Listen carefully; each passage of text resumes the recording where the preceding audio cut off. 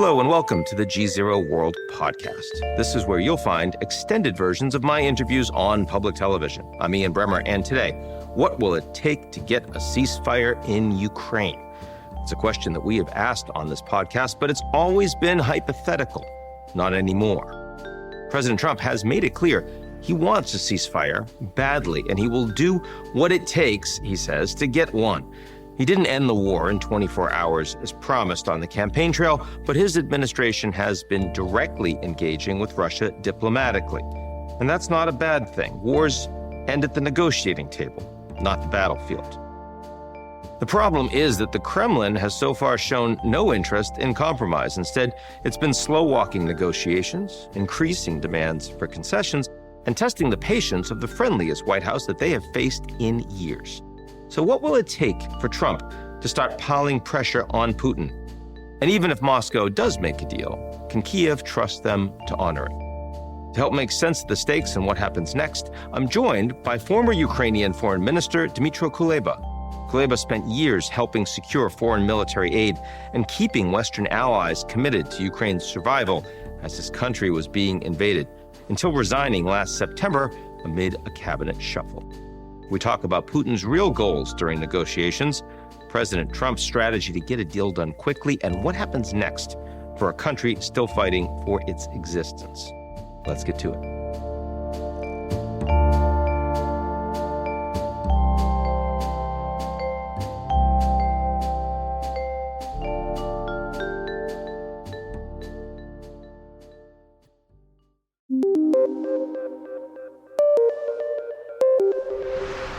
Dmytro Kuleba, great to have you on the show. Thank you. It's been 3+ years of fighting. Should we have moved more quickly towards a ceasefire negotiation? Well, there are a lot of if and coulds in this conversation, but to be completely honest, knowing the situation from the inside and how it evolved, I don't think we neither were close to a ceasefire or we are close to a ceasefire, because this war will continue to rage as long as Russia and Ukraine will continue to believe that they are capable of winning it, which is still the case. Looking back, what's the biggest thing, if you could have been on the U.S. side of these conversations that you had, what's the thing that you wish the Biden administration had been able to do that they didn't? Providing us, Ukraine, with everything that we needed to continue the successful counteroffensive operation in the autumn and winter of 2022. That was the critical moment. You asked me about the ceasefire.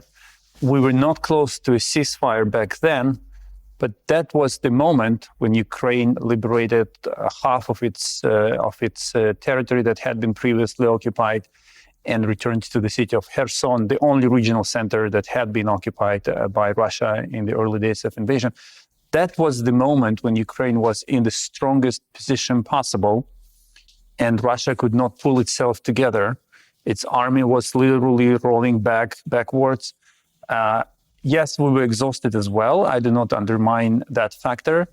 But if we had more weapons and all kinds of support to continue with this counteroffensive, we would have liberated vast parts of our territory.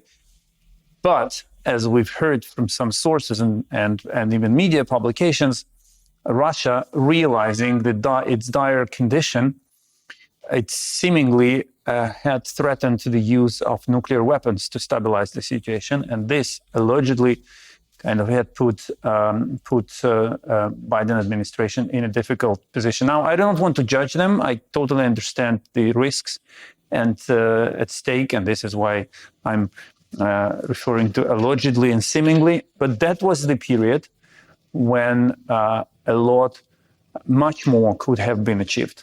So we're in a different environment right now. The front lines apparently have stabilized. I mean, Kursk, the Ukrainians have had to pull back after that surprise attack. The Russians haven't taken significantly greater territory, though, in Ukraine over the past months and months. Given all of that, why do you think the Russians believe they can still win this war? because they believe that the West falters, the United States will walk away, the European Union will not be able to seriously step up its assistance, and Ukraine's will to fight will continue to deteriorate or to vanish as a result of internal kind of destabilization steered by the Russians from the outside. So this is more or less the calculation that President Putin has. Has Trump made it significantly easier for Putin to believe that? Well, yes, to believe, but not to trust. I think this is the element that many commentators miss. Putin definitely sees Trump as opportunity, but he does not trust him. This narrows the corridor for his decision making. Why? Because he has the experience of President Trump's first tenure in office, when he was willing to reset relations with Russia, as much, by the way, as President Obama was willing to do it. And although I'll have more flexibility once the elections are over. But two gentlemen may not go well along with each other. I mean, Mr. Trump and Mr. Obama. But what brings them together is actually the obsessive idea of a reset with Russia. And it didn't work in 2008, nor will it work now. But Putin remembers that as hard as Trump tried during his first presidency, he still failed. And he ended up selling weapons to Ukraine and imposing sanctions on Russian Nord Stream 2 project. So trust needs to be built. And if they succeed in doing that, of course, Ukraine will find itself in a far more complicated circumstances. So, of course, I want to look at both the Trump-Putin relationship and the Trump-Zelensky relationship and take them in turn. When Trump called Putin, a 90-minute meeting, and this is fairly early on in the administration, the Europeans clearly no advanced coordination with Trump on that. The Ukrainians no advanced coordination on that. What was your immediate response as you got the download on the reality of that call as well as the nature of the discussion? How did you respond to it? That's exactly what I expected to happen, but I did not expect all of this to evolve at such a high speed. I thought, my assumption was that Trump would have been trying to do these things at a slower pace. But then I realized that he feels the pressure of time. And this is probably one of the lessons that he learned from that he took away from his first presidency, that you shouldn't waste a single day in pursuing your goals. Too fast, to some extent embarrassing, clearly, especially with no result in sight after two months of efforts. Yeah.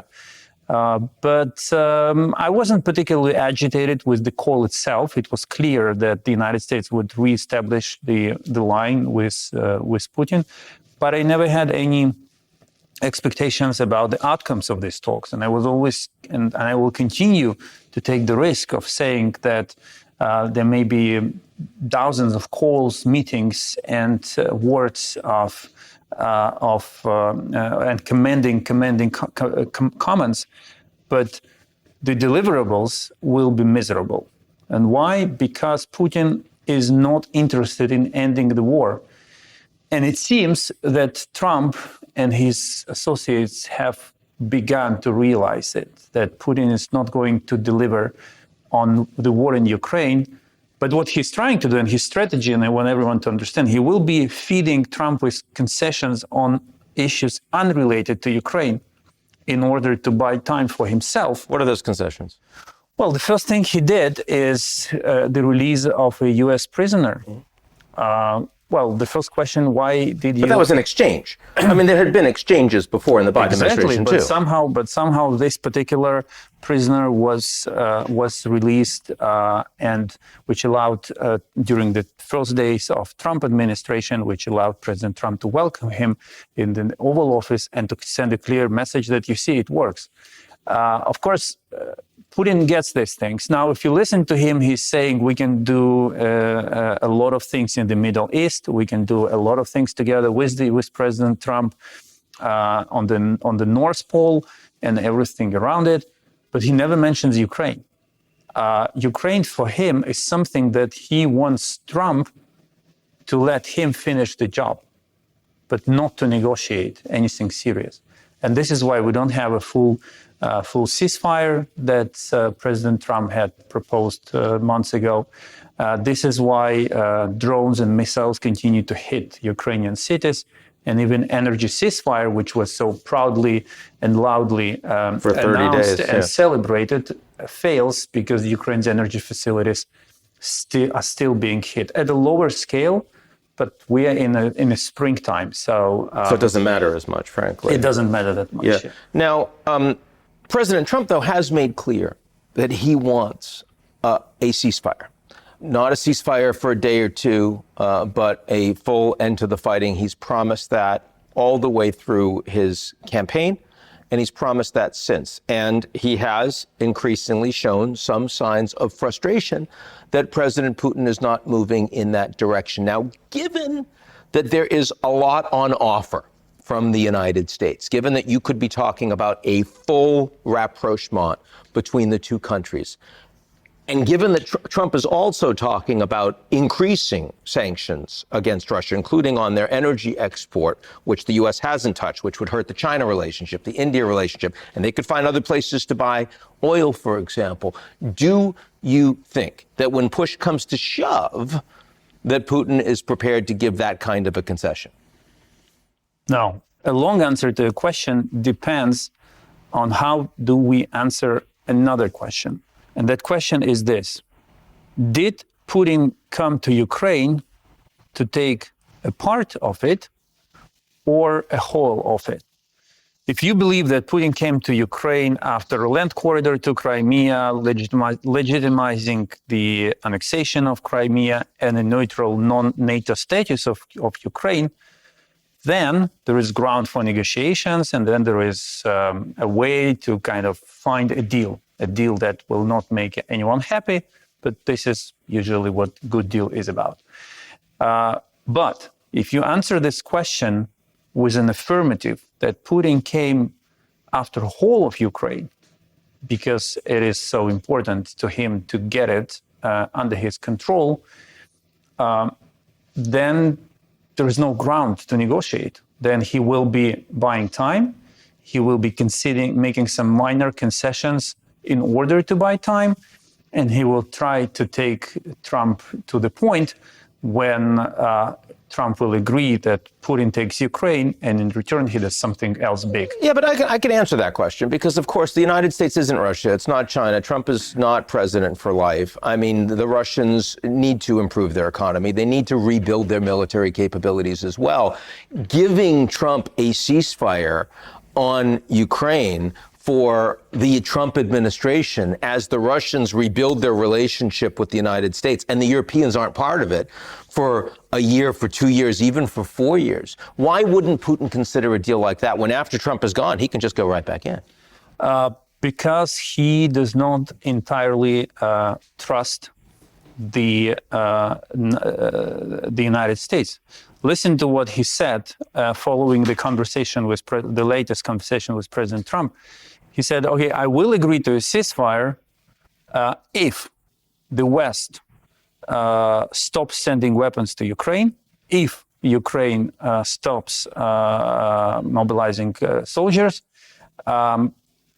making the ceasefire practically impossible. I mean, impossible under these conditions, because the goal of this approach, of this demand, is like to weaken Ukraine while he will continue with mobilization. He recently announced a conscription of 160,000 men to his army. Yeah. And rebuilding or ramping up his defense industry. His intention is clear. I don't know, you have to be blind or deaf not to see that he is choosing war over peace. And everything he does is flattering and playing the concessions.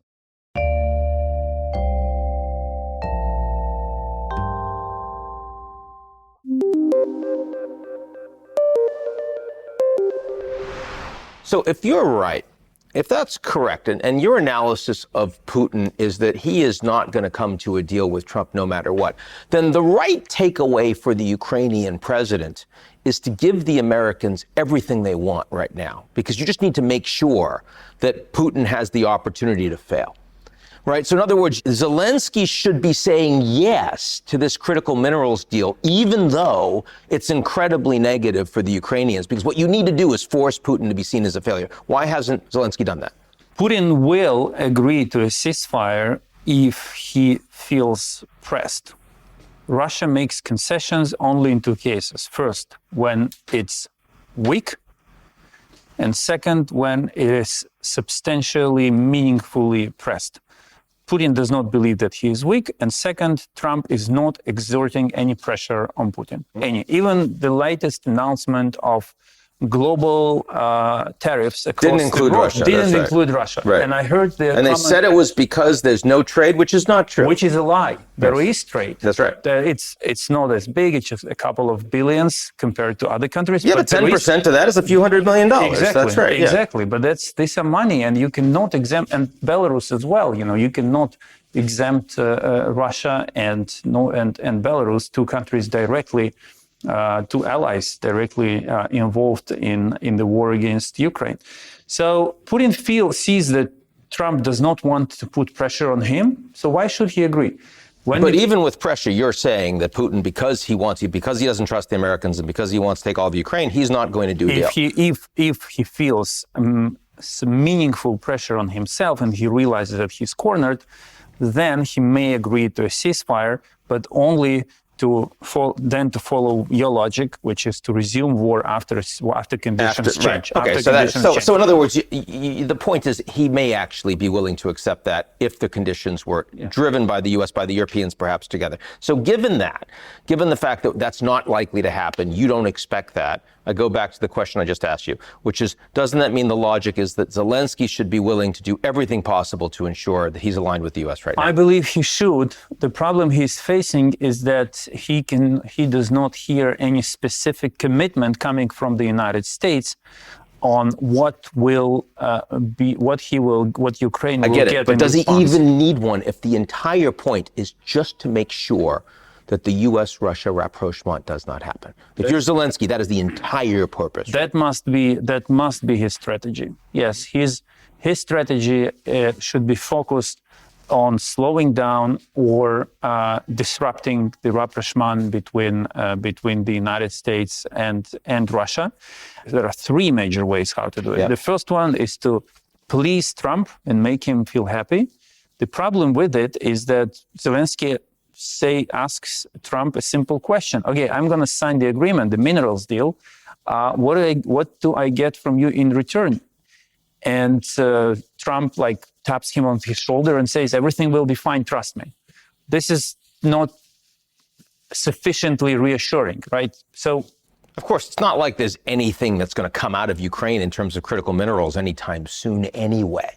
So, I mean, if I had been advising Zelensky there, and again, you were in the position, I would just be saying, you know what? It's all noise. Just give it to him. Well, the first draft was an excellent way forward, and it should have been signed. The only problem, there are two red lines about the minerals deal. The first one, it will be a grave mistake to recognize grants given to Ukraine by the United States in 2022, 2024 as a loan. And second, it will be a grave mistake to accept that this minerals deal will cover not only unexplored minerals, but all the resources Ukraine has. Mm-hmm. If Ukraine agrees to that, that is worse than any colonial. I mean, the United States rebelled against Britain because of the tax, right? Now, the United States are trying to take all the wealth of the country. What kind of reaction would you expect from the people you are handling this way?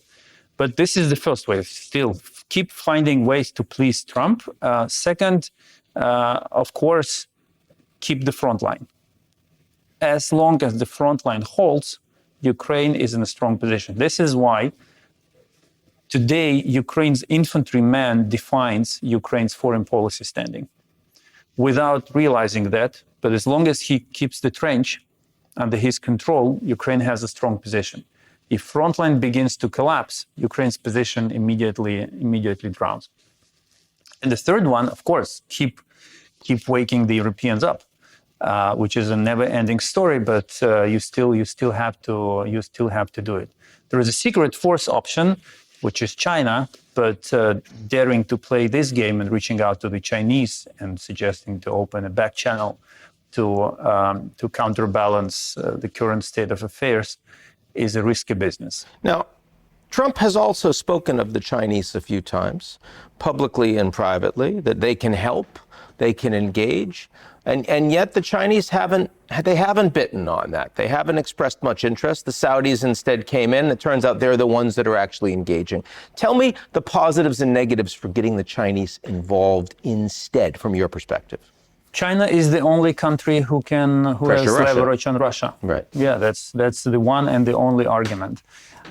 China will join the process when it comes to the conclusion that it will be either the one who fixes the problem or on par with the one who fixes the problem. China cannot be an assistant of assistance. China cannot play a secondary role. It's either Trump and Xi are the two great leaders who ended the war, or Trump failed and Xi ended the war. But this is not Trump ended the war and Xi helped him. This is not how it works for China. So what's the Ukrainian potential back channel? If it were to happen, what would it look like?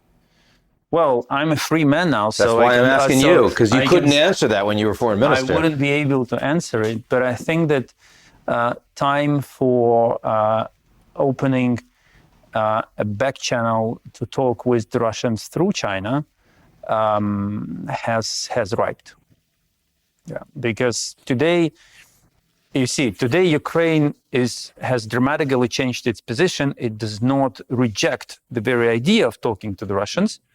It just seeks a convenient format to build this communication. So, of course, having a direct meeting is out of the question. But in principle, Trump speaks to Putin, then he speaks to Zelensky, and then Trump's officials speak to the Russians, and then they speak with Ukrainian officials. So in principle, like a very indirect line of communication exists, which had not been the case 3 months ago. For 3 months ago, yeah. Yes.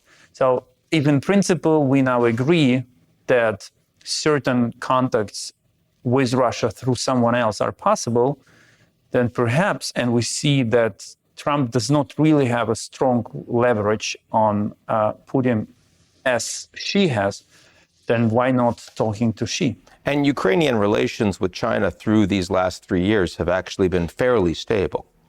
Well, indeed, it took a price, yes, but we managed to maintain this relationship in a shape as good as it could be under these circumstances. We have questions to China, of course, but we also maintained a respectful dialogue with them. So I haven't yet asked you about the meeting, right? And when, of course, it's easier to talk about now because it was a disaster, but we ended up in a better position in relatively short order when President Zelensky went to the Oval Office. And of course, the whole meeting is streaming live, so you were able to see it after it played out. What's going through your mind as you're watching it? Exactly the same word as the one that you used. It was a disaster. It was things running out of control. 3 strong politicians, 3 men with very strong political egos clashed in a room. You mean Zelensky, Trump, and Vance? And Vance, of course, mm-hmm. Yes. And this should not have happened. In fact, what we saw in Jeddah 12 days after was exactly what should have happened in the Oval Office. And I tend to believe that things just spiraled out of control there in the Oval Office. Not because it was pre-planned to ambush Zelensky and to kind of destroy everything, but because this meeting... No, because if it had been, it wouldn't have gotten fixed afterwards, right? Clearly, yeah. Exactly. And there is a minor diplomatic detail which probably does not speak anything meaningful to an outside viewer. But if Trump wanted the minerals deal, right? We all agree on that. Mm-hmm, yes. If the and Bessent made it very clear when he went to Kyiv beforehand, like, you need to do You need this. to sign it, yes. And the deal was ready to be signed. So if Trump and Vance had planned to ambush Zelensky and to expel him from the outside, from the White House, they would have put the signing ceremony ahead of the actual meeting. So Zelensky arrives, the agreement is signed, Trump celebrates, and then he demonstrates to the whole world his electorate how strong he is by berating Zelensky and expelling him or whatever happened from the White House. But the signing was scheduled to be held after the conversation.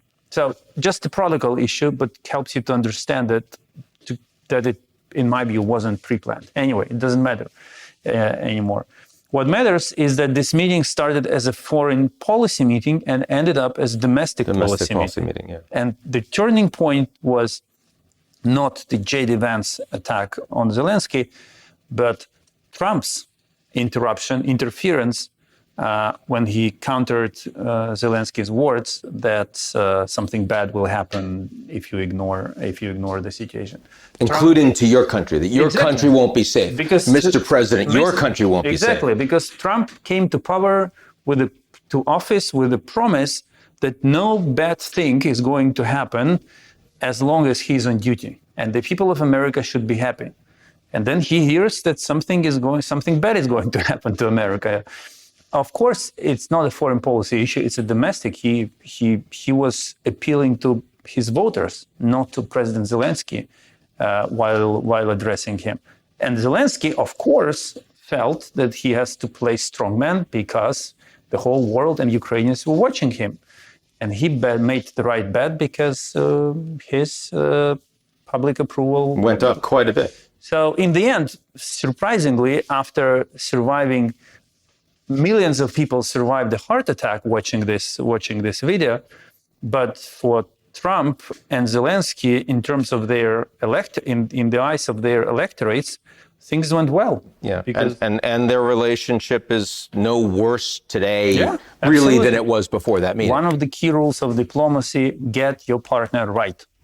Know what you can and what you cannot do with him. Know what you can say and what you shouldn't be saying to him.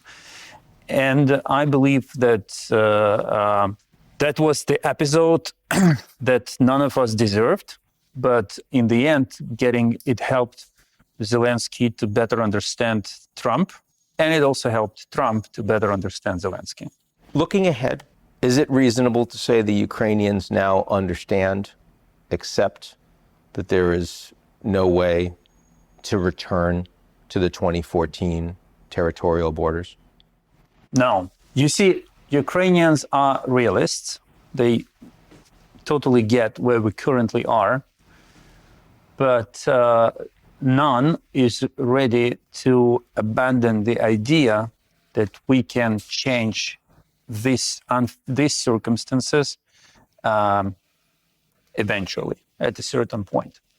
So a nation that abandons its dream, its ambition, its goal, is doomed to lose.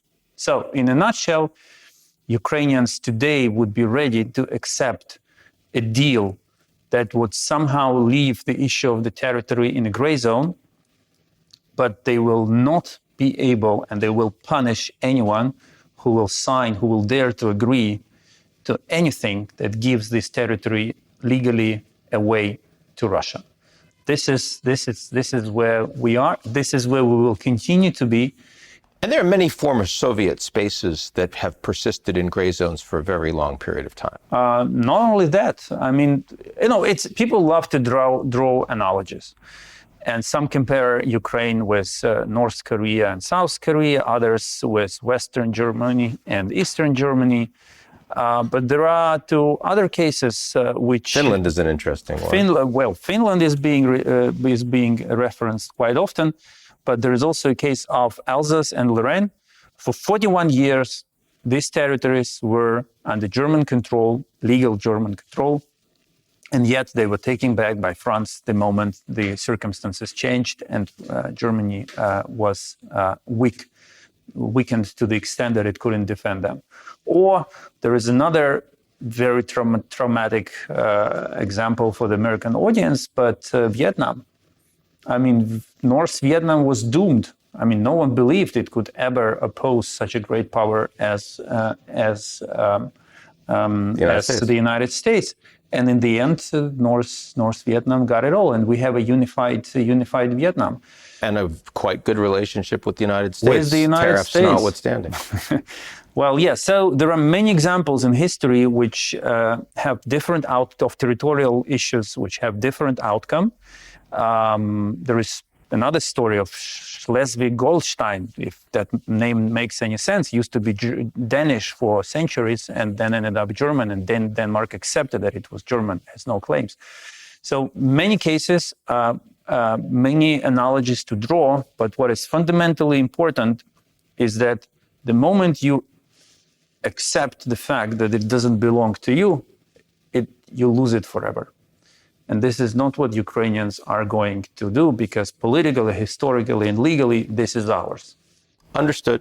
That's very different from the notion that you could end this war, you could have a permanent ceasefire where the Ukrainians are not actually occupying that territory. So in other words, a historic claim, a legitimacy is not, you're not going to give away the legitimacy, but the reality is a very different story.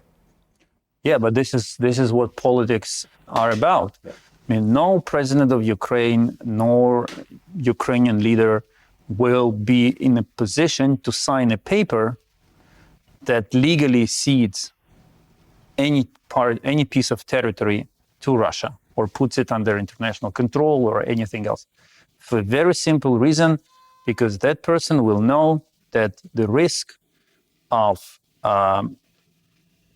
him being assassinated by a Ukrainian patriot will surge immediately after the signing ceremony. And second, that the criminal case on the ground of committing high treason will immediately be opened against that person, because it's in our law. These territories are ours by the law. So what Trump wants, what Trump has promised, is he wants just to end the war. He wants to end the fighting. Do you think that if he were able to pressure Putin into accepting a ceasefire, a permanent ceasefire, where there's just no fighting with the territory where it is right now, maybe the Chinese help, maybe they don't, is that something that the Ukrainians, just that itself, would be able to sign? Trump can reach the ceasefire if he changes the current way he handles Ukraine and Russia. But Trump and no one else can end the war as long as Russia continues to believe that Ukraine is theirs. This is unfortunately a very grim reality that we exist in. The goal of the attempt of President Trump to end the war is commendable. Okay, I do not question that, and I appreciate that he's trying. The problem is that the strategy that he pursues is to leverage Ukraine with sticks and leveraging Russia with primarily carrots. Yeah. Not primarily, exclusively carrots. Not exclusively, but primarily. He did nothing except 2 or 3 posts on Truth social media to make Putin seriously believe that Trump is ready to act. The moment I see him act on Russia, I will agree with you. But yes, he hasn't acted. Yeah, he has merely threatened. But those threats the threats against Ukraine have been far more substantial and than the threats against Russia. And he suspended intelligence sharing. Exactly. So he can achieve what he's seeking, which is the ceasefire, but he has to change his attitude towards Putin. And Russia clearly should have been on that tariff list, according to you. Well, not only on that, but a very clear message that if you do not agree to the ceasefire, this is what is going to happen. I will unleash military assistance to Ukraine. I will attack your oil shadow fleet, and so forth. So this is the language that Putin understands. It's not that I'm kind of trying to redirect the anger on Putin, but this is the way of negotiations that he appreciates and takes with respect. No, and in fact, I mean, as the former foreign minister, I mean, I think you should get some credit here. You know, you're implicitly recognizing that actually those Trump sticks against your country, against your president, were effective, but he's not willing to use those sticks against Russia. And as a consequence, he's not getting where he needs to get to make this deal work. Of course, they are effective, and every day, every decision President Zelensky will be making, there will be a shadow of another suspension of military assistance or intel sharing weighing over him, because he saw that it can work, that it happens, and you can play a strong character, you can be a strong character, but if your country runs out of Patriot interceptors and Russian ballistic missiles begin to destroy your cities at an uncomparably larger scale, although the scale today is already terrifying, then you kind of understand what is at stake here. But this is the thing: you cannot be effective in pursuing your strategic goal. I'm speaking of President Trump. If you twist arms of a country, of a weaker country that was attacked, and shake a hand of a country that is stronger and that attacked. It just doesn't work this way. History of diplomacy does not offer us any successful case proving that this kind of strategy delivered. Dmytro Kuleba, thanks for joining us today. Thank you. That's it for today's edition of the GZERO World Podcast. Do you like what you heard? Of course you do. Why not make it official? Why don't you rate and review GZERO World? 5 stars, only 5 stars, otherwise don't do it. On Apple, Spotify, or wherever you get your podcasts. Tell your friends.